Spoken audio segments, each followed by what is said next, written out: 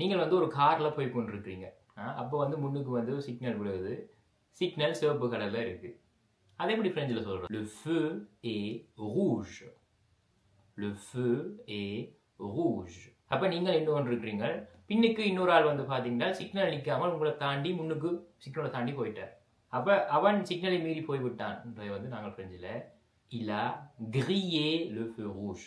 Il a grillé le feu rouge சொல்லுவோம். அப்போ பார்த்தீங்கன்னா இது வந்து ரொம்ப ஒரு ஆபத்தான செயல். முன்னுக்கு இன்னொரு கார் வரலாம், யாரும் நடந்து போகலாம். அப்போ வந்து ரொம்ப ஆபத்தான ஒரு செயல்.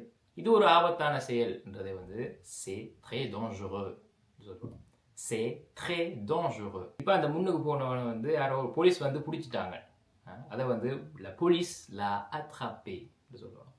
la police l'a attrapé. அப்போ இந்த மாதிரி சிச்சுவேஷனில் போலீஸ் பிடிச்சா என்ன செய்யணும்? நாங்கள் அபராதம் கட்டணும். அவன் அபராதம் கட்ட வேண்டும். என்னன்னு சொல்றது? கமெண்ட்ஸில் சொல்லுங்கள்.